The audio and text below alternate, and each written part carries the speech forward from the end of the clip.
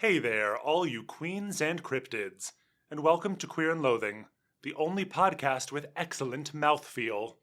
I'm your host, Brett Bodie, and with me are my co-hosts. I'm Mel. I'm Samantha. And today is our Thanksgiving special extravaganza. It's post-Thanksgiving. I was definitely coming out around Thanksgiving and not at some point in December. Yeah. It's fine. It's closer to Thanksgiving than not. We're recording it before Thanksgiving. We'll have you know. So if you kind of average it all out of like the time before when we record it versus the time after when we release it, it probably lands somewhere in Thanksgiving. Take our word for it. And it that's totally just does. Math, baby. And it's after Halloween. Yeah. So And it's not Christmas yet. Yeah. So, okay. We're well within our rights. We're within our calendars. I'm glad we've all agreed that this is fine. We all agree, and I'm sure our listeners agree that this is fine. Well, it's funny. Okay, so the movie that we're going to talk about, I had like completely forgot why we had picked it. And so I started watching it, and I was like, why the fuck are we watching this for the podcast? And then it got to like the Thanksgiving scene. I was like, oh, this is why. Because I had never seen this movie before. I think this is maybe the first movie that we've covered on the podcast that wasn't a new release that I haven't seen. I say that with no confidence, but I definitely had never. That might be true, actually. I had never seen this. I hadn't even really heard of it. Yeah, it's kind of an obscure one. So today we're talking about Blood Rage! 1987's Blood Rage. Also known as Nightmare at Shadow Woods. Also known as The Complex. Also known as Slasher. Slasher, that's the one I knew because I also had never seen this before and didn't remember why we were watching it. And I'm very thankful that Mel shared a YouTube link because I would have maybe found the wrong Blood Rage. Yeah, there's another movie called Blood Rage. And I was concerned when I started watching and saw a slasher. And I was like, but I thought I was watching Blood Rage. It's the mark of quality for a movie when it has like 4 different working titles. The cheaper a movie is, the more titles it's known by. And the less likely it is that the title you know it by is going to be what's on screen. Yeah. And Blood Rage was not. But you can find a high definition, at least as of time of us recording this, you can find a high definition version of this completely free on YouTube. If you just look up like Blood Rage 1987. And boy, oh boy, is this a 1987 movie. Oh, yeah. But it was filmed in 1983. Oh. And sat on the shelf. Then it's before its time. Because it definitely feels Well, it felt more like 80s. 70s hangover to me. Like, definitely 80s, but like, I still felt a heavy, like, 70s influence, mostly with the hideous apartments. Hideous apartments and... With the pink walls, with the green carpet. That carpet. That nasty carpet. Maybe it was the music. music. I feel like I could like smell the apartments in this movie. It just smells like cigarettes. Yes. Just all would be smelling like cigs. Yeah. Yeah, so this is very low budget slasher from back in the day. This is one of my favorites. I just love a cheesy, cheap slasher. And this one has all the cheap, cheesy slasher delights that I love. It's got hammy performances, crazy shit happening. It's nothing anyone does makes any sense. It's very horny. It's very horny. Bizarre line deliveries. Very bizarre line deliveries. Also starring Louise Lasser. It really is starring her. Well, who's she? So she is the mom. Oh, well, I know that part. Oh, like as a person, who is she? Yeah. Why are we interested in her? Well, I was going to tell you. Yeah. She started her career understudying Barbra Streisand on Broadway in a musical called I Can Get It For You Wholesale. She was married to Woody Allen from 1966 to 1970 and was in 5 of his movies. And then she was the lead in a soap opera called Mary Hartman, Mary Hartman, which was a famous, like, satirical, surreal sitcom in the 70s that was very, like, ahead of its time and just, like, someone would, like, die weirdly. Like, she brought someone chicken noodle soup and he, like, drowned in it. And just, like, weird, surreal things would happen. And it was very much, like, almost like Adult Swim, like, late 90s style, but in the 70s. I was like, I'm definitely going to dream about that weirdly tonight. Yeah, so it's what I've seen some of it, and, like, you can find clips on YouTube, and it's kind of crazy. You're like, I didn't know they got this surreal on, like, mainstream TV in a soap opera. Well, besides Twin Peaks, which was But this was so long before it. Yeah, it was an influence on Twin Peaks, because Twin Peaks has a soap opera. It's got a show within a show called Invitation to Love, which is, I think, partially inspired by Mary Hartman. This is the only thing I've seen this woman in, and if it's the only memory I ever have of her, it'll be enough. It'll be perfect. And she'll probably stick with you. It was very memorable. Yes. Well, it's funny because, like, so this is also kind of my thing, even though I'm not into slashers. Yeah. Because this is the kind of movie I would show at my house for, like, a movie party. Right. That's kind of what I was thinking.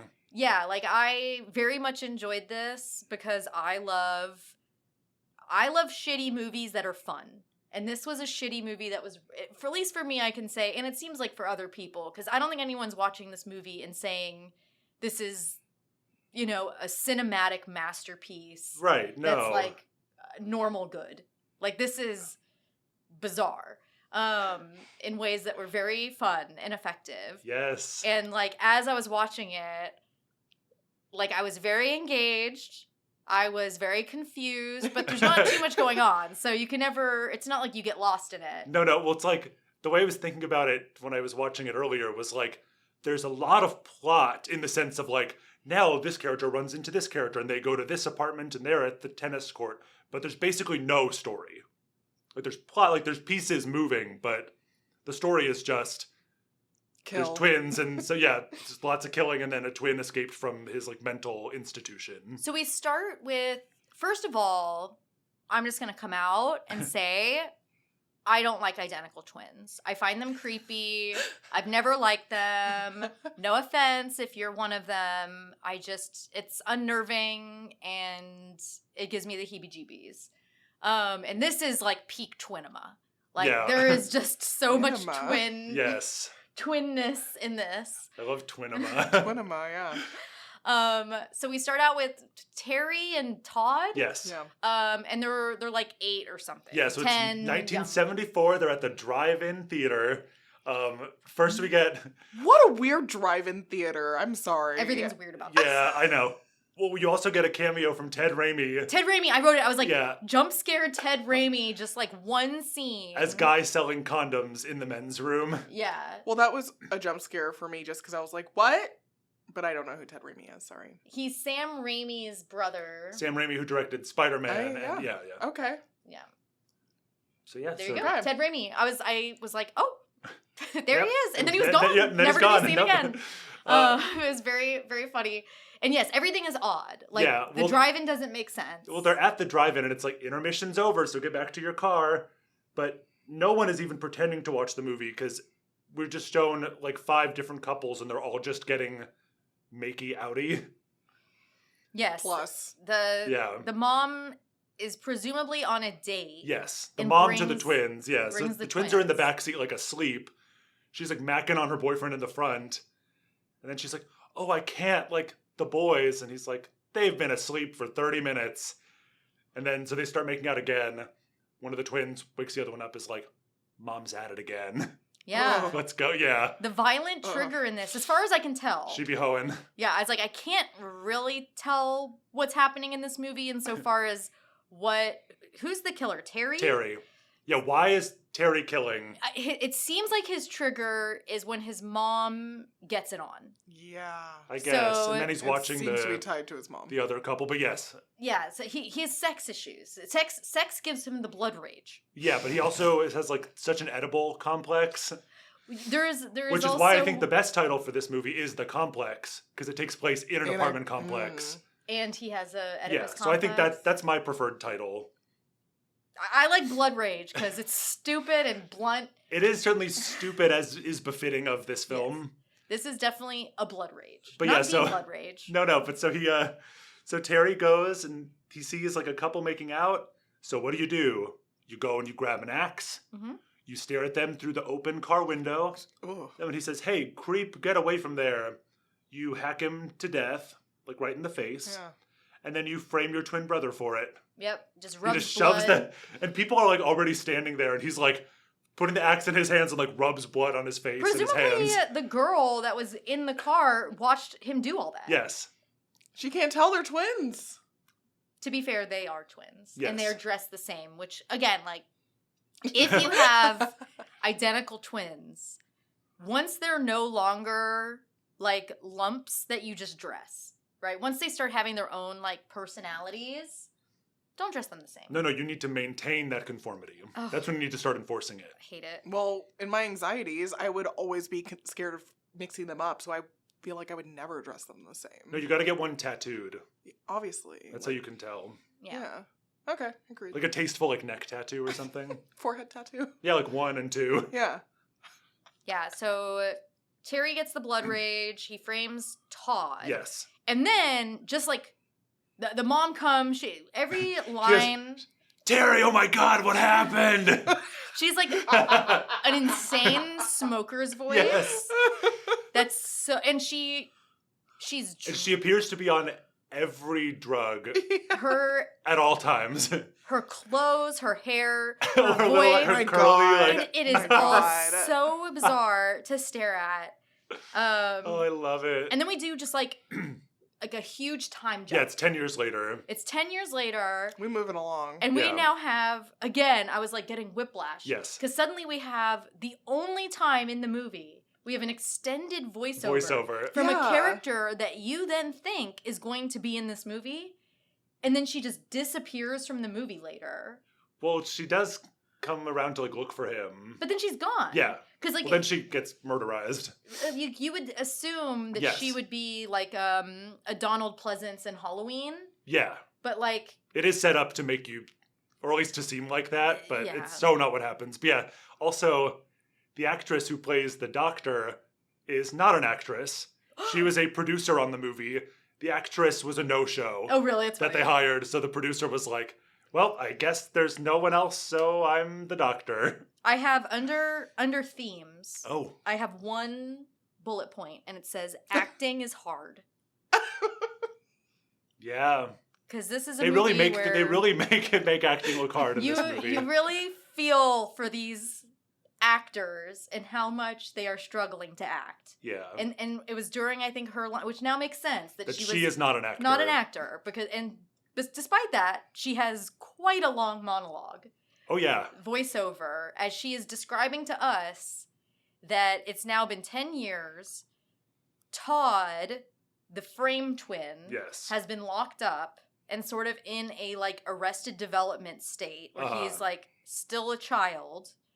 And then he's like just in this like mental institution. Yeah, but he's made a breakthrough recently where he's like remembering that he didn't kill that guy, it was actually Terry. And she believes him. Yes, and she's trying to convince Louise Lasser. Who is also sort of arrested development in that she is bizarrely acts like a child. Yes. Yeah. And almost like styles her hair. It's Yes. almost like Shirley Temple. Yes, Like, yeah. she looks like a Shirley Temple sort of. Like 50-year-old Shirley Temple. It is very strange. Yes. Immediately during the her meeting with the doctor, because I was already like, okay, she seems old and seems off at the beginning, and then we went to the doctor scene. And I was like, how old is this woman?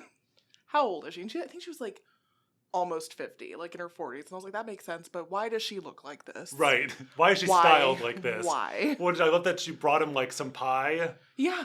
But then you like don't really hear the conversation. Like you do kind of hear the words, but it's still mixed under the voiceover. I had to Of stop just like it was the actually movie Todd. because I was like, did YouTube fuck up? And the voice is not Yeah. lining up with their conversation. And I was like, oh, this is a voiceover. It's a voiceover. It's an artistic choice. Yes. I have another And then he note crushes here. the pie in his He hands. crushes the pie into like dust. and throws it against the wall. And we don't know why.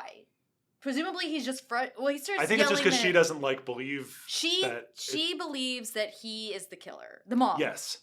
The She doesn't want to hear a word against Terry, who has always been her favorite. Because even in the Yeah. first scene, when she runs up, she's like, Terry, what happened? And then she's like, oh yeah, and Todd, you're here too. Presumably she has some kind of sexual relationship with her son, Terry. Ugh. Or at least like some weird It's like weird.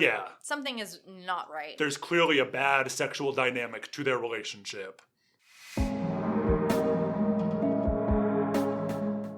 I do have a note here that says, Mom's performance is great.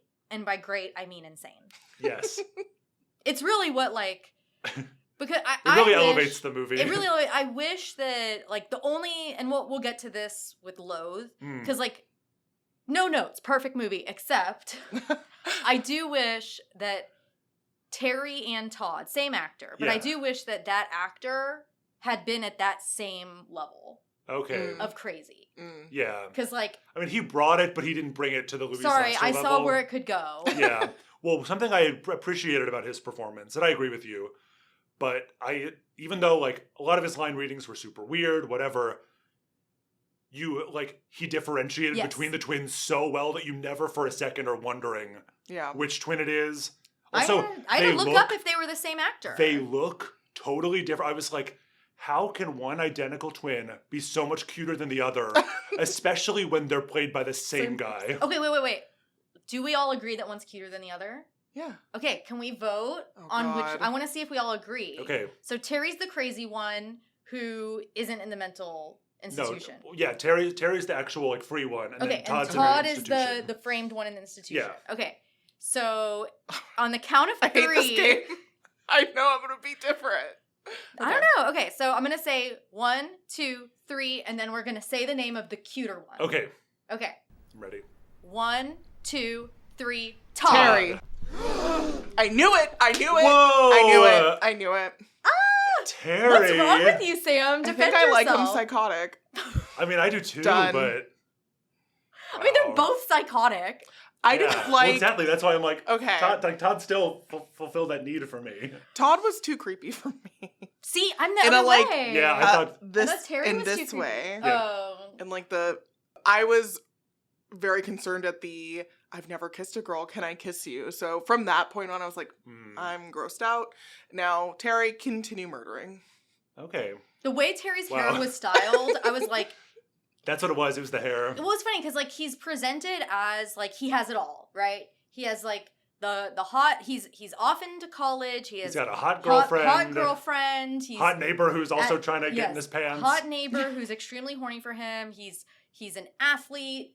You know, like, he's lots off of in friends. college. He has lots of friends. He's very popular. He has a car. He's got it all. But I literally was, like, looking at him, and I was like, this guy's, like, not cute. And I was like, was this considered attractive in the 80s? Like, I was just looking at him and was like, I don't like this. And then when I see Todd, I'm like, oh, he's cute. And I'm like, oh my God, it's the same actor. I know. So that is, like... That's how I am. I will say shout out to this movie. Why are you looking at me I like just that? would say, in actuality, I would pick neither, but I like Terry better. Okay. Yeah. I'd give Todd a little kiss. He'd say, I'd never kissed a girl, and I'd say, me neither. And then we'd smooch. I'd be like, I have. Yeah, I do think that, like, I did like the Terry Todd performance in that I literally did not believe they were the same actors. That's impressive. Yeah, I agree. It's just, I wanted, and okay, so this movie is famous for one line. And it's, that's not cranberry sauce. He's very proud of it because he says it like 5 times. Well, that's what I was going to say. Because, like, there's movies that we've watched where, especially, well, you've seen them too because you come to my movie parties, where they're very famous for weird lines, and usually it's the way the line is delivered. So for, like, Troll 2, everyone knows, oh my God, and, like, the one that we say every Tuesday in my household, Garbage Day from Silent Night, Deadly Night Part 2, where you just have, like, such an unhinged line delivery. His line delivery in this isn't that fun. He just keeps saying it. Well, and I love that because I think that speaks to his character that, like, he thinks it's funny, so he really keeps saying it even though it's not funny. He's also, most of the time, saying it to himself. Yes. Well, also, I'm just a sucker for a villain who's having a great time, who just loves killing. And he is the epitome of that. He's following his passions. Absolutely. Which is to frame his brother for his many crimes. He's like, my brother's out. Here we go. Yeah, here I go killing again. I've been waiting 10 years. It's not even just that, though, because it's his brother's out and his mom is getting engaged. Which actually is very important because, like, that's the threat to their little codependent, like, island. of like their whole weird insular like Oedipal weirdness. So yeah, that's like probably his main trigger is that it gives mom's him the blood engaged, rage. right? And then he gets his excuse when Todd escapes because he's like got the knife, and then the way he like kind of holds it up to her fiance for a second, and then is like, "You cut the turkey," and you can see Louise Lasser, the mom, being like, "Uh-oh," like she kind of is starting to be like, "Oh, maybe Terry was the killer." Like you see her start to like realize that he's acting unhinged, right? But what I love, and like spoilers, but like spoiler alert. Well, she like already suspects like as soon as that happens that Terry was the killer, and then it becomes confirmed like 17 times over. I think she knows. And she's just like, I don't care at all, and I love Terry, and like she I wanna be with knows. Terry. She doesn't want to believe it. Yeah, and even when she has to, she's like, oh well. Yeah, she's like completely. It's like Todd can fuck off and die. Like I want Terry. Yeah, she just wants her little Terry relationship. Yep. And Terry wants that too because he is so mad that Brad, the new fiance, is in the picture. Mm-hmm. And I believe that ends up being his first victim. He goes to visit because like I think you're right. Yeah, because I think the doctor and her helper come because he all of a sudden there's like a gun in his face. No one acts like a normal ass person. No, and they're like, and Louise Lasser's like, "What's with that gun?" And they're like, "It's fine." And then she just like stands there, like no follow up. All right, no follow up questions. I love a movie where people don't act like people. Me too. But yeah, so then they go off to like search the grounds, and Todd goes to Brad's because they're looking for Todd. Todd has escaped. Yes. We don't see it happen. No, right? we just know that they can't find him at the institution. He wanders out, and they're like, and they think he may be headed here because where else would he go? And they're acting them being producer lady. Yes, who is the doctor producer lady, and her assistant, who we only meet when he has a gun in like Terry's face. Yes, even though they think Todd is innocent, they are acting like he is a raving psycho murderer on the loose. Mm-hmm. Basically, although they're acting like Michael Myers is on the loose when really it was like an 8-year-old who killed. Yeah. But it's not like they've called like the cops or anything. Like it's just the two of them trying to like tranquilize him and take him back to the institute. Yes, because the gun is a tranquilizer. But my thing is like, wait, when Terry answers the door and then gets the gun in his face, Dr. Producer Lady is like, "No, like you idiot, that's the twin. You are Todd, or you are Terry, right, ma'am?" Like you're gonna ask him, "You're Terry, right?" And he's like, "Yep." Which like, he is, but damn, girl. But yeah, so he sneaks up behind Brad, and then like, he has a machete. Yes. Well, they do live in Jacksonville, Florida, which I gotta say, I love the setting. It's an apartment complex in Jacksonville. So it's like basically a swamp. There's like a little nature walk thing. Everyone has big glass sliding doors. Yes. In their house. But it kind of makes sense, like, if you basically live in like a Florida swamp, like it kind of makes sense that is a place where there would maybe be a machete. Yeah. That you would find. I thought you were going to say where you would have like an axe murderer. Well, yes. Yeah. That too. Or a machete murderer. Yeah. But yeah, so he cuts off Brad's hand and then splits his skull like right down the center. And then we find out later like stages the corpse. Terry's got a flair for the dramatic. He's having fun. He loves to stage a scene. He loves to crack a little joke to himself. He's really enjoying it. He is. Bless him. I will say, I had a note on here. Yes. Normalize casting a diverse cast. Because I was struggling a little bit, like telling the two girls apart. Yeah. Like everyone just kind of, besides like, I don't know, like there were a lot of characters in this. And I wasn't always remembering who was who. No, it was like blonde girls and like dark-haired guys. Yes.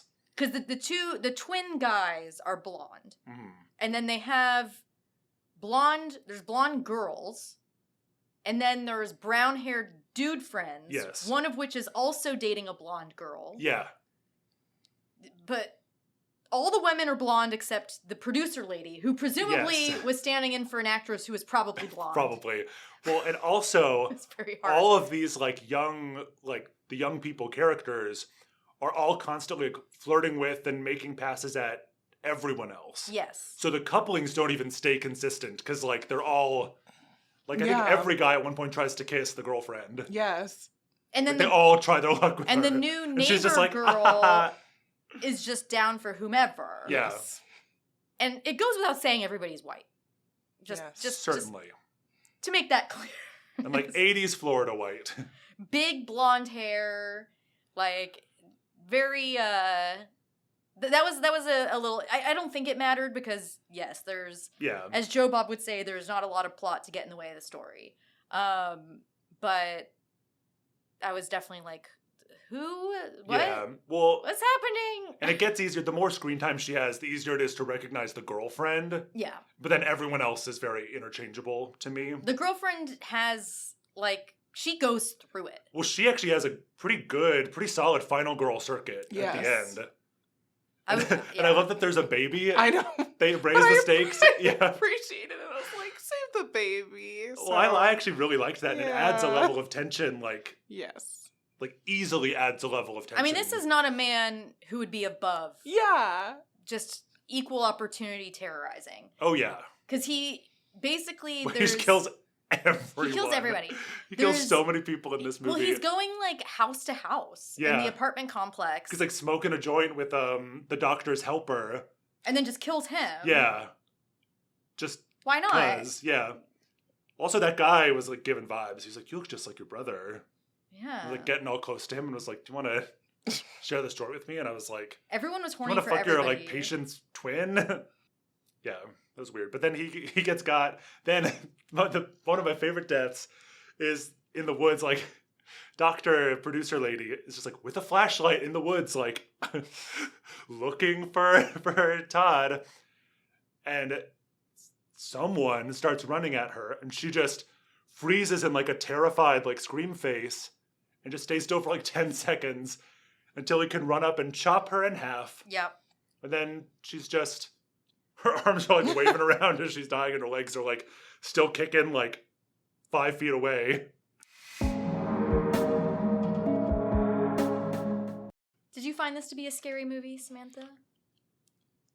No. Did it change your feelings scared. towards cranberry sauce? No. Should it? No, it reaffirmed my fear of dry turkey. That turkey looked pretty dry. Oh, all the food looked pretty bad in this. I think that was my husband's one comment. He was like, that turkey's not good. I was like, I know, babe. Yeah. It's not for us. But it doesn't matter because if you're Louise Lasser and you're so blackout. She's so drunk. Well, but okay, my favorite is when, like, she's so drunk and, like, Todd puts her to bed and she doesn't even realize it's Todd. She still thinks it's Terry because she's, like, so wasted. He puts her to bed, and the next scene, she has stumbled out of bed and, like, has another giant glass of red wine, and it's like, girl, you were already, like, blackout, like, in bed to pass out. But I guess whatever uppers she's also taking kicked in. She has the longest night. She is, like, sitting in the open fridge, just eating. She's sitting on the floor, eating leftovers in front of the open refrigerator, like, with her hands. Oh, yeah. She's, like, eating green beans with her hands. It's like a scene from the Casey Affleck movie, Ghost Story. Yes. Just, like... absolutely inspired. Sitting there just eating out of the fridge. She's like... Or when she's on the phone, she's trying to reach her boyfriend and she's like, just calling all these... She calls the operator, but she's also calling, like, random people because she keeps misdialing his number. Because she's so drunk. Yes. And she's like... She gives a speech. She gives her life story to, like, the wrong number or something. I have a note here that says that it's, like, the speech from the mom in Requiem for a Dream. It is literally like that. Oh, my God. It's like, I was shocked because I was kind of like watching this while I was like, playing a video game kind of thing. And then I just like stopped and then I turned my chair, like had my full attention when she is just in this like totally cheesy, campy 80s slasher. We suddenly have this like insane, harrowing performance of her just... alone in a room talking on the phone to, like, strangers. Yes. Getting worked up, so distraught. Like, sobbing and then, like, dissociating and just, like, almost falling asleep, like, with her eyes open. It's like, what number do I want? What number do I want? Get me my boyfriend. Oh, my God. This is an emergency. I'm also like, girl, I know you're so drunk, but your boyfriend lives in this apartment complex. You could literally walk over, and she does later. Yes. But it's like, you could just go see him. Like, I don't know why you're spending hours on the phone when you could just, like, walk probably, like, 10 minutes to his apartment. So far. It is far. I mean, I don't like to walk, but I also don't like to call people on the phone. Well, you had to back then. That's true. Well, no, you didn't, because you could just walk over to their apartment. I guess that's true. So, are we ready for an ad break? I know I am. Well, this will be shocking to both of you, but this episode is brought to you by Thanksgiving Vibes. Great. I'm docking your pay.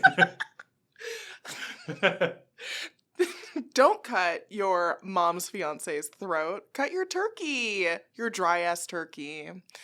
Don't finish your food at the table. Put it in your fridge. Then, later on, go to your fridge, sit in front of it, and just eat with your hands.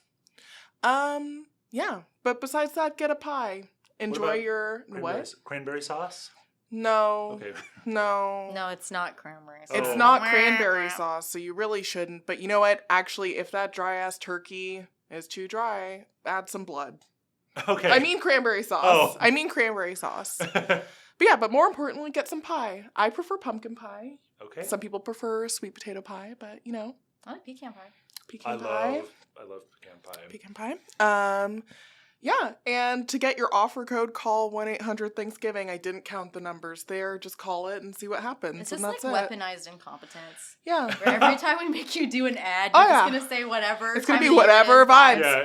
You'd be like, yes. It's brought to you by March Vibes. It sure is a month.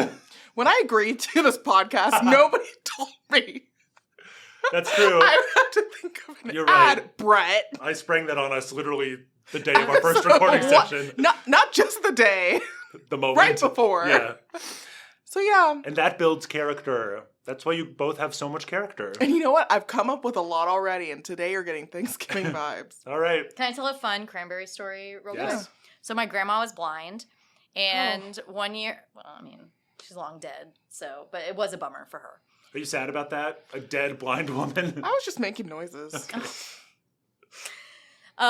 And one year for Thanksgiving, my mom bought these fancy olives that were like, there was like a bowl of green olives and a bowl of red olives. I'm worried. Me and too.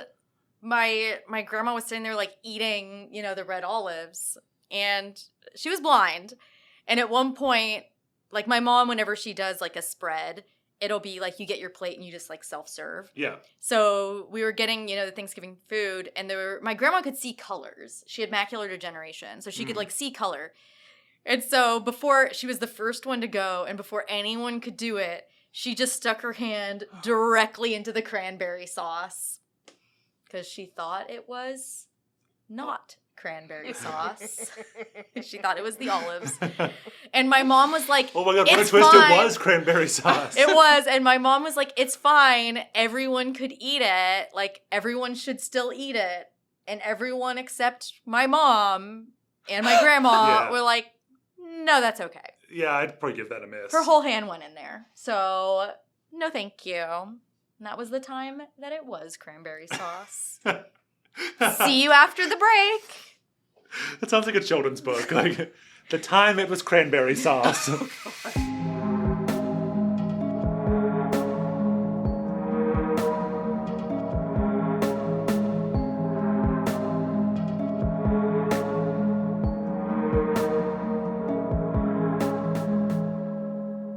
Welcome back, everyone. Hope you spent your break enjoying the Thanksgiving vibes of this beautiful post-Thanksgiving season. Yeah. Which might, to be fair, might mean Thanksgiving leftovers, which is very much a key part of Thanksgiving vibes. I hope you are listening to this, shoveling your hand directly into cranberry sauce. Or green beans. Into your mouth. Yes. Yeah. Yes. Or both. I mean, she's getting real down and dirty on the floor with those leftovers. I cackled when I saw that. Anytime she was it on is screen. such a mood, yeah. Anytime she was on screen, I was like, I get it. Like, I get why people watch this. Because there are some of these, like, really cheap 80s, like, low-budget, campy movies that have really stood the test of time because they have a little something special. Yes. And this one, the something special is definitely Louise Lasser. It's her, and it's her performance. There are some nice shots, actually. There's some actually pretty decent cinematography. I mean, it's not revelatory, but it's better than you'd expect for something of this budget. But yeah, she is what makes the movie and, like, was what, like, why people remember it and still watch it. It was like eating leftovers on the ground in front of the fridge was revelatory. Yeah. For me. But also just like... How have I never done that? Well, like that into the phone calls, into just like drunkenly vacuuming. Like she's vacuuming under the bed, but she keeps like whacking the vacuum into the bed because she's wasted. Well, I mean, you can tell that like she's the real actor. Yes, you can. And she is like... And although she is like kind of hamming it up, like... She's got actual talent behind it. Well, when she finally found her dead fiance, I was like, oh, she's really going for this. And that was another time I paused and paid attention to her. Yeah. I was like, oh. I've seen a lot of bad movies in my time where there is one actor in it who knows that they're in a not very good movie. And they just, instead of phoning it in and not trying, they give it everything they have and chew the scenery. And it's one of my favorite things. Me too. I love that. I love it. So there. We'll say it. I am proudly coming out as liking shitty movies with good performances in it. I know. So unique. But I do like it. And that's basically, the rest of this movie is basically Terry's going around killing people. Todd is going around being confused and like just sort of like kind of wandering scene to scene. Like, yeah, and at one point he like basically like carjacks one of Terry's friends to like get him to take him to Terry's house, and he has a gun, and then he's like aiming at Terry, and then he can't do it, and he just runs away. Yeah, he's kind of trying to stop him, and then the mom is on her own quest. And yeah, it's funny how much screen time she has that's just by herself, and that's like a whole subplot, and that's like some of the most like entertaining stuff in the movie is just this drunk lady by herself. And then there's like other little mini quests going on. The girlfriend is kind of that follows her because she's like going to a party. And the girlfriend's trying to like figure out what's going on. She's actually Terry. A fairly decent character because like she's been dating Terry, but he's been keeping her at arm's length. And then at Thanksgiving, he's like shamelessly flirting with like the new neighbor girl. Mm-hmm. And he's like not that interested in her. Like, no, because then when he actually comes over, she's like basically like has her hand like on his dick, and he's like, wonder if there's anything on TV. Yeah, he only has eyes for mommy. Yes. And cranberry sauce. Sorry, not cranberry sauce. So yeah, like the girlfriend has her own mission where she's like trying to figure out, because she's even like when she meets up with one of the brown-haired guys, she's like, who's like very into her. And she's like friend zoning him. Literally, she's like, "You're like a brother to me," and like gives him a big kiss on the cheek, and he's like very obviously into her. Yes, but she's like, "Can you find out what Terry's deal is? Like, since we've gone off to college, he's been kind of distant, like that kind of thing." And then yeah, the new neighbor lady is like babysitting her baby sister. Is that who that baby is? I don't know. Who are any of these people? Whatever. There's a baby that she's sort of babysitting, but she also just wants to get it on with anyone. She doesn't care. She wants to party. She says in college she's majoring in partying. She said, I told you, partying. She is majoring in partying, and I believe her. I also do. So she has her own, like, it is kind of funny that, like, these characters do have their own little quests, and then... they all do. They all have their little one motivation. And all their quests end in being murdered by Terry. Most of them. Basically all of them except the girlfriend. The girlfriend. Yeah, and then there's like the mom. Oh my god, I love this. The mom of like the new neighbor mom. Yes. Is trying to marry a guy who looks like Pete Buttigieg. Yes. She's like whispering to her baby like, Mommy's gonna get you a rich daddy. But he's like, I've never had coconut liqueur before. Do I take it straight up? Yeah, he's like I was like, what are you talking about? He's like a rich guy that's in this like shitty apartment or this sort of like lower middle class apartment complex. and is like he looks just like a tiny man on a big couch. Yes. And like has never, I guess, heard of liqueur.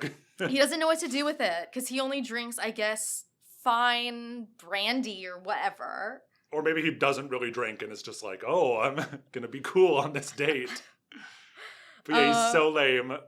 It's so but funny. He gets killed because like Terry like comes and knocks on the door and he's like, oh, that kid from earlier's back. She's like, oh, see what he wants. And then she goes to like change to some lingerie. She hears the doorbell and so she goes to look through the peephole and she sees her boyfriend. She's like, what are you doing out there? She opens the door and it's just his severed head like hung up to be at peephole level.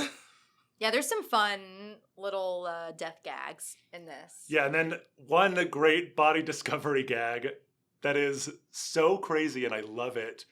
When Todd finds the body of Dr. Producer Lady in the woods and he just tries to put her back together. He like puts her legs up against her torso. Like first thing before he even like mourns her, he's like, oh, gotta put her back together.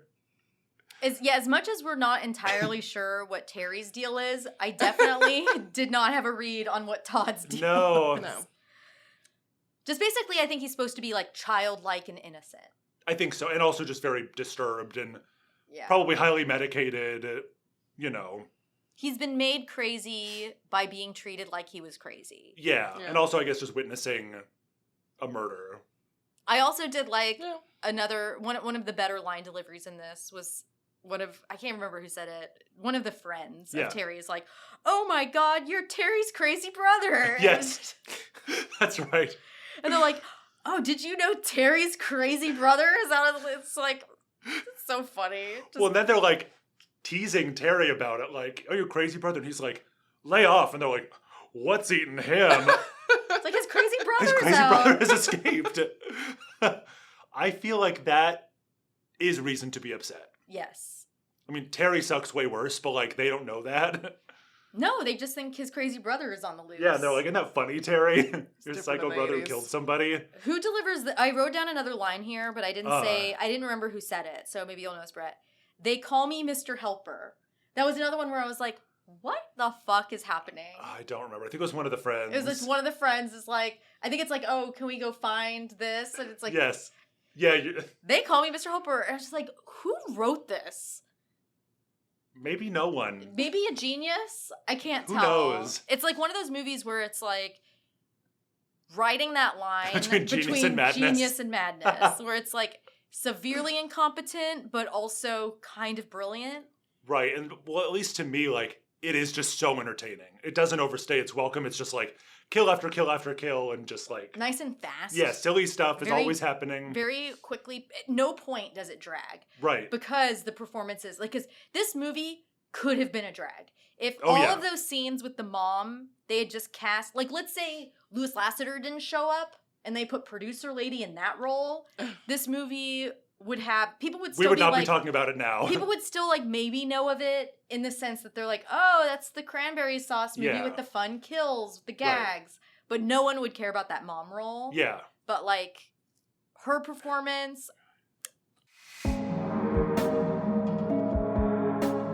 Everyone's getting picked off until it's basically just the girlfriend. So she runs into Terry and he's holding like a bloody machete.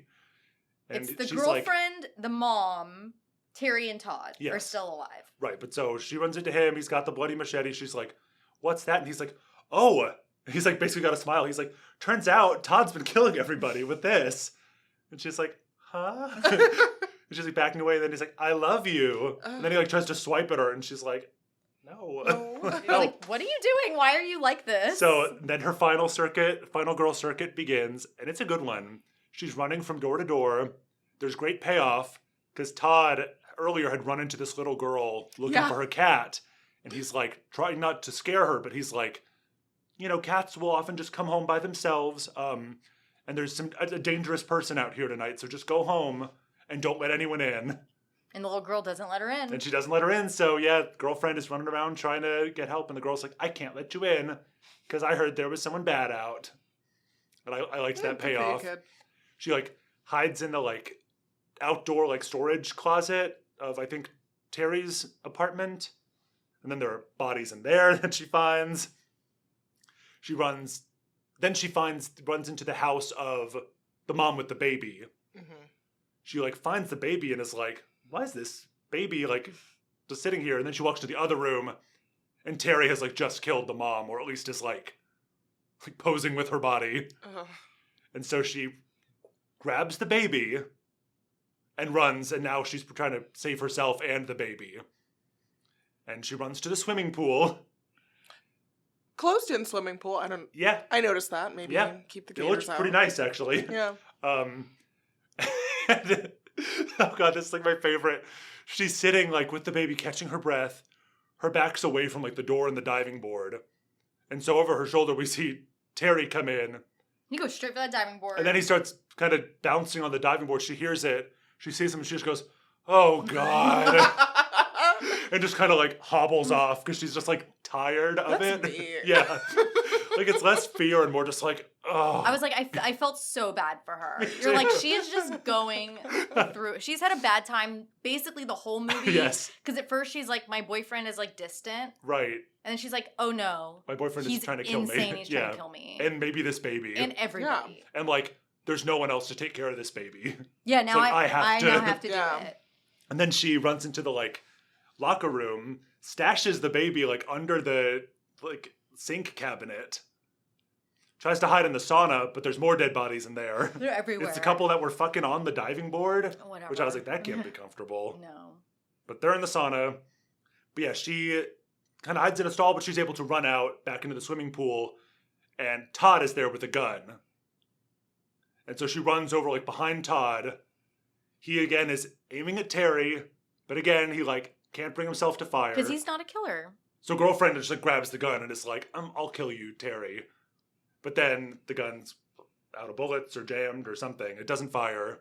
So they are like fighting and they like fall into the pool. And that's when Mom arrives. And she also has a gun because she got it from Brad's desk, I think. This movie was like a whirlwind that I just experienced. Yeah. I believe you that all of this happened. I mostly believe me. Okay. This is my impression. It's an impressionist work. But yeah, so she comes in, she sees them scuffling. One of the twins like emerges from the pool. She thinks it's Todd, and she shoots him. And then she shoots him like 4 more times, including in the eye. Yeah. He dies hard and like falls into the pool. And then she's like weeping over like holding her son, and it's like, it's just the two of us. Like, it should have always been the two of us. Like, you were right, and like, we'll go back to the way it was. I love you so much. I'll never hurt you again. And Todd's like, kind of like... Todd's like, wanting finally. to like, yeah, basically like wanting to believe her. And it's like, yeah, and maybe. she drops the Terry bomb. Yeah, and she says, it's just us, Terry. Todd is gone. And he says, I'm Todd. Which starts out the crazy ending where they're both just like screaming, I'm Todd. I'm Todd. And so the mom is just like splayed on the floor of the natatorium, just yelling, I'm Todd. I'm Todd. And then she shoots herself in the head. Yeah. And then the girlfriend's with the baby and the mom shoots herself in the head and she just leaves. Yeah. She literally just walks out of the pool with the baby. What else do you do? Yeah. It's like... And then you hear the sirens coming. But you even glossed over just like when she's holding Todd, thinking it's Terry. Right. She is acting like this is her boyfriend. Yeah. Yeah, she's like caressing him. It's like very weirdly incestuous. Yes.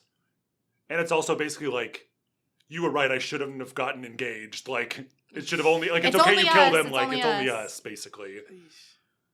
And then when she shoots herself in the head and you hear the sirens come and you're like, did Todd just get framed for Terry's murders again? Because Mom probably called the police and was like, my son Todd is killing everybody. Didn't even occur to me.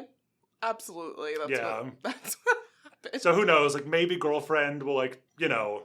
Maybe. Because she kind of knows the truth, but she may just be like, I'm going to wash my hands of this and get the hell out of Jacksonville. She's like, I have a baby now. Yeah, I guess. This reminded me of another movie, and I just wanted to look it up to see which one came first. Have you seen Butcher Baker Nightmare Maker? Yes, and it reminded me of that as well. It's another mark of quality because it has another name. Oh. It's called Night Warning. But it's 1981, so that one came first. Yes. But that has similar sort of codependency, incest stuff. Yes. Happening in it. With older female relative and younger male relative. Yeah. It just reminded me of that. I agree. But yeah, so I kind of love Blood Rage. I feel like this would be like, I mean, I don't really believe in guilty pleasures as such, because I don't feel guilty for finding it pleasurable to watch this. No, this was fun. Yeah. Sam, what did you think? Because I think like this is obviously so Brett. I'm not surprised to hear. It's very much my wheelhouse. I'm not surprised to hear you love this movie. Like, as much as I'm not into slashers, I am into everything else. Mm. And the slasher piece of this was very fun. Like, even though it's one of its names is slasher, like, to me, there's like very little tension in the way of like, who is it? Like, you find out in the first scene who the killer is. It's not like this is not it's not even like a Michael Myers type thing. It's just you watch every moment of this guy just being nuts on his rampage, right? But Sam, this is not something I would ever describe as like a you movie. No, this movie is more if I had seen it at one of your movie nights. Yeah. Like more that type vibe for me. So having it on, like my husband came in and out of the room and I was assembling an ottoman. I would pause, like mostly because I was watching on YouTube and we do have the ads, so I would do the active assembling during the ads, and then I would mostly watch. Mm. So not really my thing, but if I were a movie to assemble an ottoman to. Correct. I can't disagree. If I were watching it with a group of friends, I think I would have had a lot of fun. Yeah, I was thinking about that when I was watching it today. It was like, this is the type of movie probably best enjoyed in a group setting. And that's which I didn't really think about before picking it. That's how I would recommend it. Yeah. Is this would be like, if you're just into like quote unquote bad movies, 100% recommend this. Yeah. It's not that bad. It's not at all the worst movie I've ever seen. No, it's like quite like, I wouldn't for its budget and everything, it's quite decently made. Like, awkward performances, and the gore doesn't always look like realistic, but it's all well done. I would describe it as an unhinged movie. Yeah. Well, yeah. I was thinking that too, because I was like, people describe a lot of things as unhinged, but a lot of things that are made now feel unhinged in a more sort of like self-conscious, intentional way. This one feels unhinged because it was like made by lunatics. This movie is a crazy movie. Yeah, exactly. The point when the mom is delivering her incest speech to who she thinks is Terry, but it's Todd, in the music is this sort of like whimsical. Say, I did like the music. Yeah. It's like this whimsical like romance. Yeah. Like happy music. I'm like, this is a work of madness. Truly. Like, and so I will say, like, if you're someone who's like hardcore into horror or like weird movies, you can just watch this on your own. But I actually do recommend this to just like anybody. Yeah. If you're watching it in a group. Like, this would be a really fun one to just like watch with your friends. Yeah. So, and also there's such a lack of like Thanksgiving themed horror movies. Well, that's why we watched it, is we were trying to think of one, and I did not want to watch Thanksgiving again. Yeah, I'm good. I haven't seen that one. The one with the turkey. Yeah, I'm good. It's the turkey. Is the turkey the killer? Yes. And a rapist. Oh. Yeah, I don't want to watch that one. And then there's Gobble Gobble. Bitch. Gobble Gobble Bitch is what it says. And then the most recent release, obviously, Eli Roth's Thanksgiving. And I honestly am just not a huge Eli Roth fan, even though I've heard it's good. That one's pretty good, especially for Eli Roth. But I was kind of like, I don't know. I'd rather do Blood Rage than Thanksgiving for our first. I am very glad we did Blood Rage and not Thanksgiving. Yeah. But it was very Thanksgiving themed. We had the Thanksgiving meal. There's the theme of family coming together. Yeah. It is a movie about all family. Kinds of ways. Reuniting. It is a movie about family, just like Fast and the Furious. I don't have friends. I got family. And Star Wars. It's about family. And that's what's so powerful about it. It was his beautiful things to say about cranberry sauce and fucking your own mom. I guess. It's fun. So we'll say, is it gay? I will say it is gay. I would say it's quite gay. This is a gay movie. You tell me.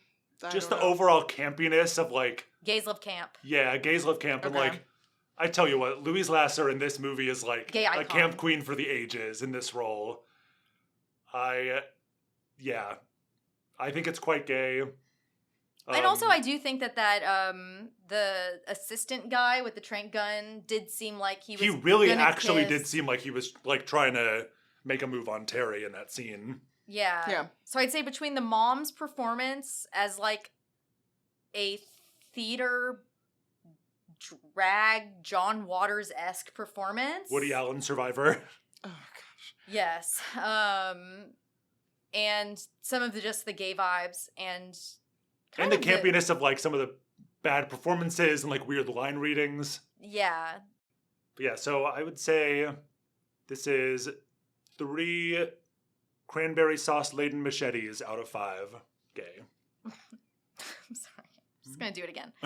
If cranberry sauce is being straight, it's not cranberry sauce. Had to process, sorry. Very good. I was just gonna say like 5 slices of turkey out of a whole turkey. All right. That's a lot of turkey. How dry is that turkey though? It's so dry. It is bone dry. So dry. The driest thing in this movie. Yes. So dry. And then do we loathe? No. I didn't loathe couldn't anything. possibly. I also would say I don't think I loathed anything. Yeah. It was really short. If nothing else, it's just like kind of like inoffensive as a watch because it's just like fast paced, fun. You're never waiting for something to happen. You can watch this for free on YouTube. Yeah. And if you're like me and you have an ad blocker, you don't even have to watch the ads. So I had a great time. And if you're like me and you have ads, just assemble your ottoman. Just assemble your ottoman. And if you're like me and do it wrong and redo it like I did. Oh, and if you're like me with more money than sense, then you bought it on Amazon Prime already before we decided to watch it. Owned it. I already owned it. I don't think this would be a bad one to own. I could see myself rewatching this at some point. It's just kind of like I dust it off like around Thanksgiving and I'll watch it like... I would say it's my favorite Thanksgiving movie. Yeah. It could be a cute Friendsgiving watch. It could. There you go. So if you need something to do, not for this Thanksgiving because it's coming out after Thanksgiving. But if you want to watch something while eating your probably very old leftovers. Or if you want to start planning for next year. Yeah. You can do that. You can do that. We won't stop you. All right. Well, where can people find us? You can find us on Instagram at Queer and Loathing Pod. You can email us, queerandloathingpod@gmail.com. And you can find our link tree. On our Instagram. Yeah, you can also leave us comments places. There's probably ways to review us. You can wander from house to house just looking through the back sliding door window. Yeah. Who knows what you'll find? That little girl will not let you in. Don't even try. But we might. Yeah, we might. I won't. I am that little girl. Or maybe there's a baby you need to save. That little girl was you? That little girl was me. Oh. Well, that little girl was the smartest character in the movie. Oh. Because she took sensible advice and stuck to it. Yeah. And lived, so. All right, well, happy Thanksgiving. Happy Thanksgiving. Until next time. I'm Queer. I'm Loathing. And I'm Samantha, that little girl. Oh.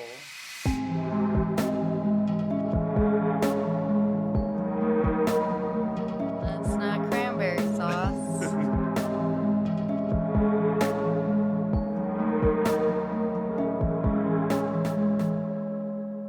Oh my God, Terry, what happened?